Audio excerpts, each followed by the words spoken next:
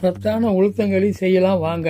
மறக்காம எங்க சேனலை லைக் பண்ணுங்க, ஷேர் பண்ணுங்க, சப்ஸ்கிரைப் பண்ணுங்க. முதல்ல 1/4 கிலோ உளுத்தம் பருப்பு, 1/4 லிட்டர் நல்லெண்ணெய், 1 டீஸ்பூன் பச்சரிசி, கடலப்பருப்பு, 50 கிராம் முந்திரி, சர்க்கரை தேவையான அளவு.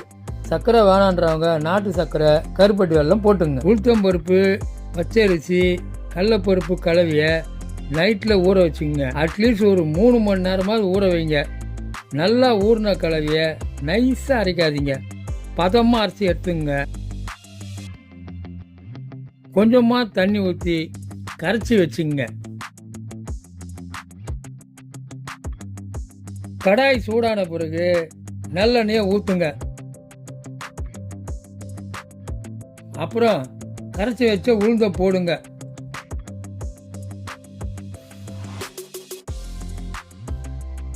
நல்லா கலந்து விட்டுட்டே வரணும்.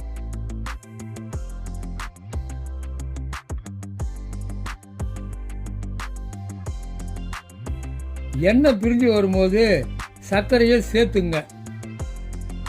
ஒரு 10 நிமிஷம் நல்லா கலந்து விட்டுட்டே வரணும்.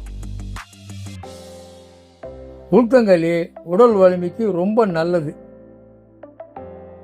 அப்புறம் ஏலக்காயை சேர்த்துங்க. எண்ணெய் பிரிஞ்சு வர வரைக்கும் கலந்து விடுங்க. களி கெட்டியான பதம் வந்த பிறகு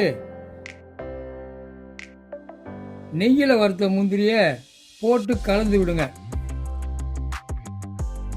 பெண் பிள்ளைகளுக்கு ரொம்ப ரொம்ப நல்லது.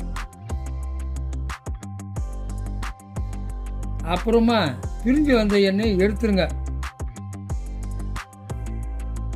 இப்ப சுவையான உளுத்தங்களி ரெடி. உங்க வீட்லயும் செஞ்சு பாருங்க. நன்றி, வணக்கம்.